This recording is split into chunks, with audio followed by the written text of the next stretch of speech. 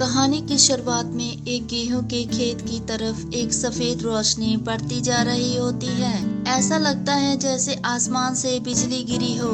अगली सुबह इस खेत के मालिक को दिखाया जाता है, जो अपने तीनों बेटों को दिखाता है कि रात को किसी ने उनकी फसल को कुचल दिया। इसीलिए वो अपने सबसे छोटे बेटे, जिसका नाम जॉन है, जिसे सब बेवकूफ समझते हैं, रात को खेत पर पहरा देने को कहता है। और रात को जब वो खेत पर पहरा दे रहा होता है, तभी वो देखता है उसके पीछे एक सफेद बहुत ऊंचा और लंबा घोड़ा है, जिसे देखकर वो पूरी तरह से हैरान हो जाता है।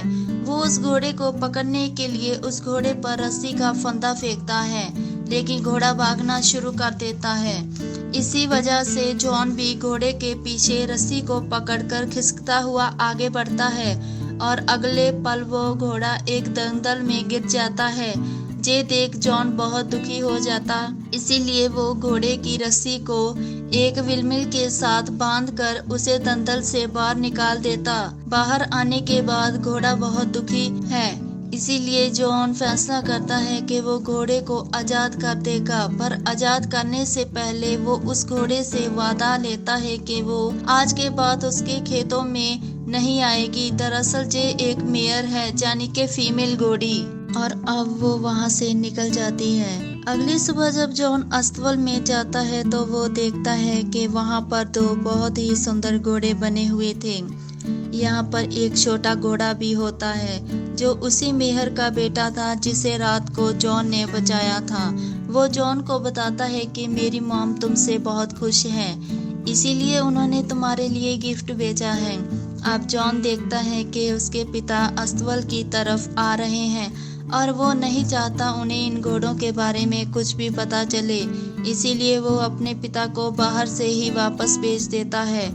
और इसके बाद एक बार फिर से वो उस छोटे घोड़े के पास आता है, जिसका नाम फॉल है। वो फॉल के ऊपर बैठता और उसे भागने के लिए कहता है, और जब फॉल भागता है तो जॉन पूरी तरह से हैरान हो जाता है, क्योंकि फॉल की स्पीड बिजली से भी ज्यादा तेज होती है। फॉल उन दोनों घोड़ों को भी यहाँ पर बुला लेता है जो अस्तबल में है, और जॉन फैसला करता है कि वो इन घोड़ों को बाजार में बेचकर बहुत अच्छे पैसे कमाएगा।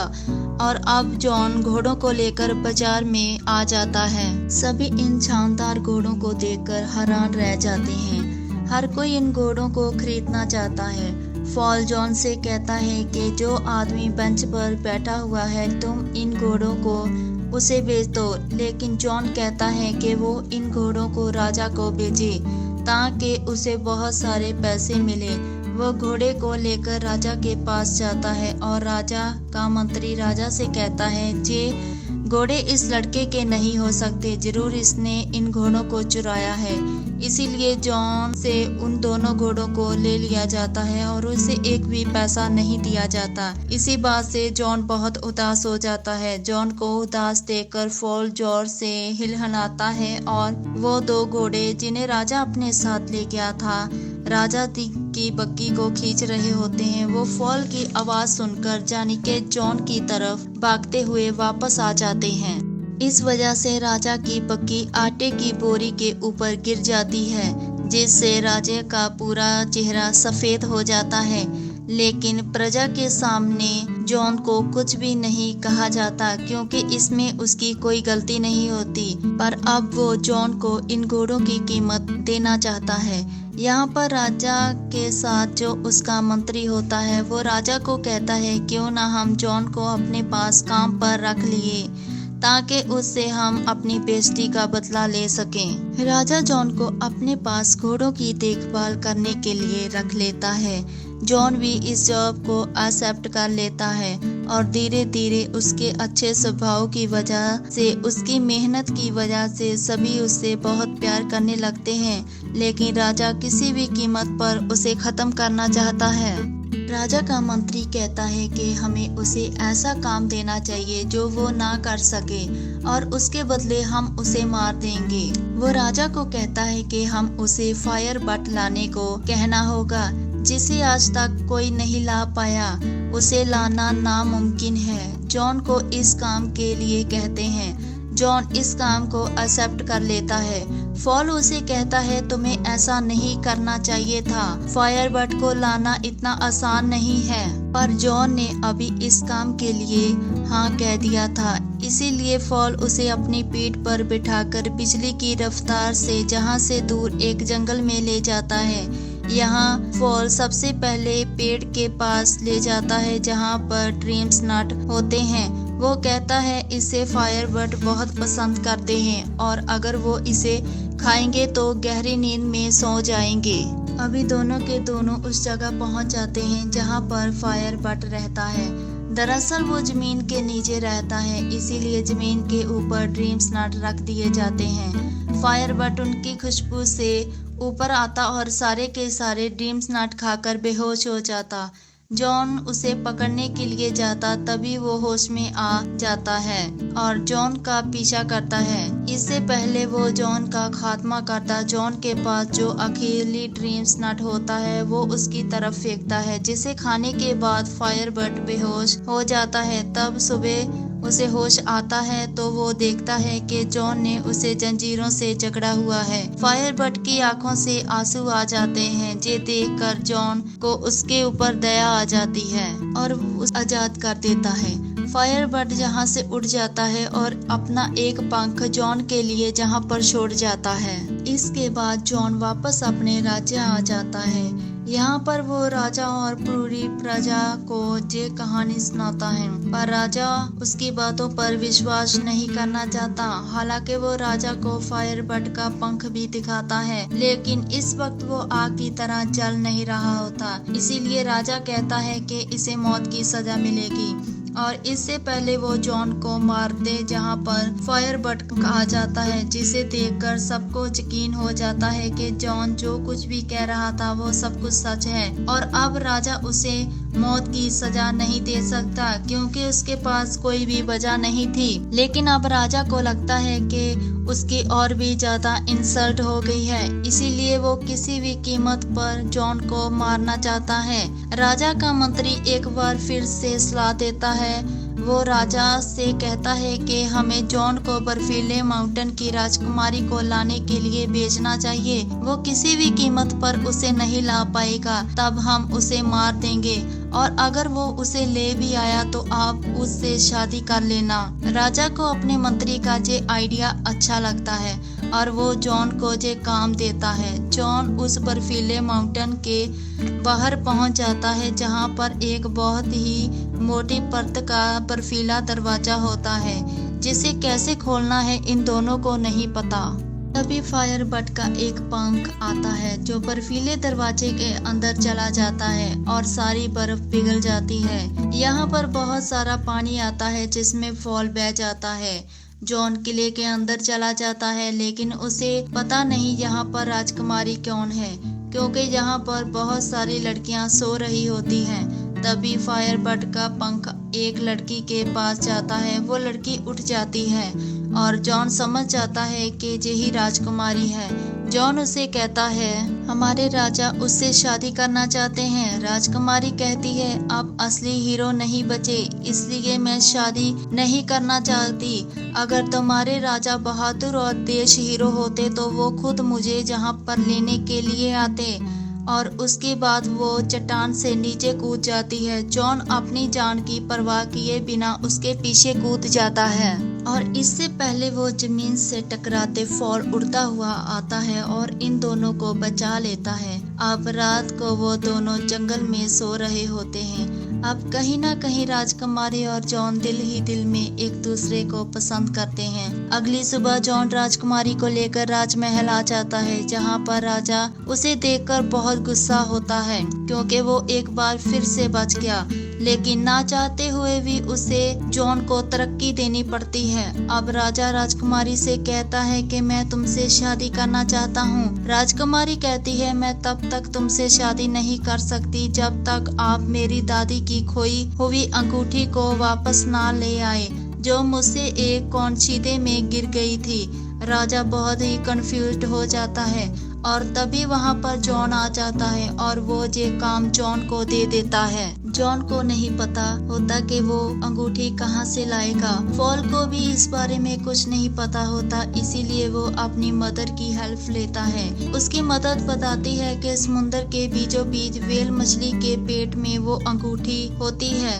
तुम्हें समुद्र के बीचों बीच जाना होगा। और अब फॉल जॉन को अपनी पीठ पर बिठाकर समुद्र के बीच ले जाता है। तभी जॉन उसकी पीठ से गिर जाता है और अब वो पानी के तल पर पहुंच जाता है और देखता है कि वहाँ पर बहुत मोटी मोटी जंजीरें हैं जिसमें व्हेल मछली फंसी हुई है। वो व्हेल मछली से पूछता है, तुम्हें किसने जंजीरों से बांधा है? व्हेल मछली की आंखों में आंसू होते हैं। वो कहती है, मैंने कुछ शिप्स को निकल लिया था। इसके बाद जहाँ पर जो भी सेलर्स थे उन्होंने मुझे जंजीरों से बांध दिया, लेकिन अब मैं अपनी गलती को सुधारना चाहती हूँ। जॉन को एक आइडिया आता है और वो फॉल के साथ उसकी नाक से उसके मुंह के अंदर घुस जाता है और व्हेल मछली को सीख दबाता है और जैसे ही वो सीखती है जंजीरें टूट जाती है।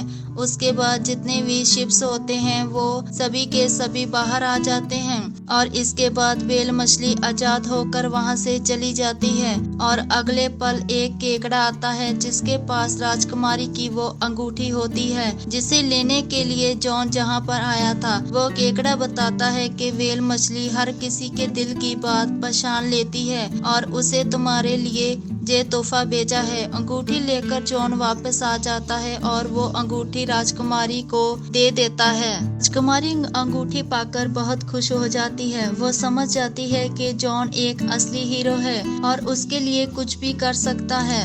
जॉन के पीछे फॉल भी होता है जिसे राजा देख लेता है और वो उसे गोली मार देता है। इससे वो नीचे गिर जाता है, जिसके बाद जॉन पर आरोप लगाया जाता है कि वो राजकुमारी को किडनैप करने के लिए गया था। उसे उसकी नौकरी से निकाल दिया जाता है और कारागार में डाल दिया जाता है और ऐलान कर दिया जाता है कि कुछ ही दिनों में उसे सजाए मौत दे दी जाएगी। इससे फॉल और राजकुमारी दोनों के दोनों बहुत दुखी होते हैं। हालांकि फॉल को गोली मारी गई थी लेकिन वो बच गया होता है। अब राजकुमारी फॉल के पास जाती है जो कि बहुत परेशान होती है और वो फॉल को बताती है कि मैंने राजा से कहा था अगर तुम मुझसे शादी करना चाहते हो तो तुम्हें 3 अलग अलग कुंड में नहाना होगा। सबसे पहले कुंड में बहुत ही गर्म उबलता हुआ पानी होगा, दूसरे में बर्फ की तरह ठंडा पानी होगा और तीसरे में उबलता हुआ दूध होगा। ऐसा करने से तुम फिर से जवान हो जाओगे। लेकिन तभी राजा का मंत्री उसे आइडिया देता है कि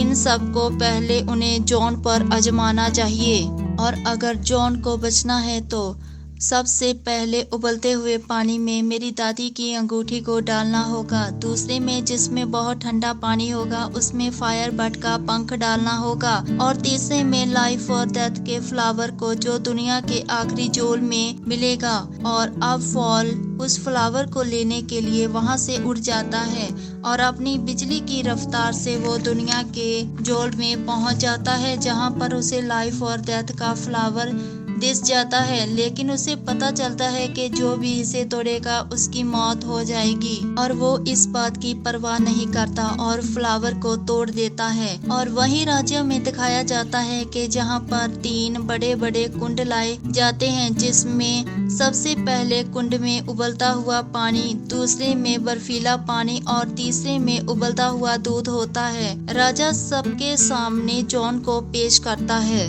वो कहता है अगर जॉन इस इम्तिहान में पास हो गया तो उसे आजाद कर दिया जाएगा। अब जॉन को पहले कुंड में धकेल दिया जाता है जिसमें उबलता हुआ पानी होता है और तभी राजकुमारी अपनी दादी की अंगूठी भी उसमें डाल देती है जिससे जॉन उस कुंड से बचकर दूसरे कुंड में गिर जाता है जिसमें बहुत ठंडा पानी होता है। और जब जे फायर पंख देखता है जिसे राजा ने ऊपर बांध कर रखा था और वो जोर से चिल्लाता है क्योंकि वो जॉन से प्यार करता है। वो जानता है कि जॉन रहमदिल है, जॉन ने भी उसकी जान बचाई थी और फायर बट की आवाज से उसका पंख जिसे कैद कर एक बॉक्स के अंदर रखा हुआ था वो उड़कर उस कुंड के अंदर आ जाता है, जिससे एक बार फिर से जॉन की जान बच जाती है और वो तीसरे कुंड में गिर जाता है जिसमें उबलता हुआ दूध है। अब काफी देर तक जॉन उस कुंड के अंदर रहता है। सबको लगता है कि जॉन मारा गया। पूरी प्रजा बहुत दुखी हो जाती है क्योंकि सबके सब जॉन से बहुत प्यार करते थे। और अब जहाँ पर फॉल आ जाता है जो लाइफ और डेथ के फ्लावर को उसमें गिरा देता है और अगले पल जॉन वो दूध के उबलते हुए कुंड से एक राजकुमार की तरह बाहर निकलता है, जिसे देख पूरी प्रजा बहुत खुश हो जाती है। लेकिन राजा पूरी तरह से अंदर से बहुत जेलस होता है और वो भी राजकुमार की तरह जवान बनना चाहता है। इसीलिए वो पहले उबलते हुए कुंड के अंदर कूद जाता है और अगले पल वो एक बबल में कैद होकर बाहर निकलता है जो राजा को अपने साथ बहुत दूर ले जाता है।